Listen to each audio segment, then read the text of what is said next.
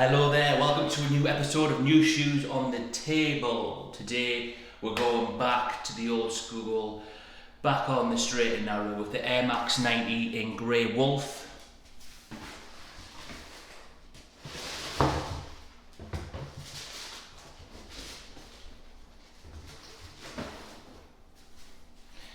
Yeah, so as you can see, just an old school classic AirMax 90 in a wolf grey, almost like it's made out of clay.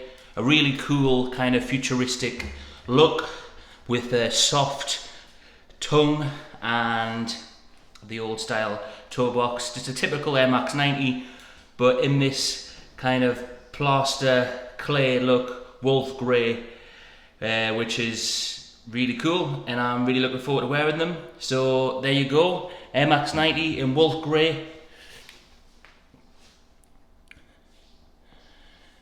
Thank you for watching New Shoes on the Table.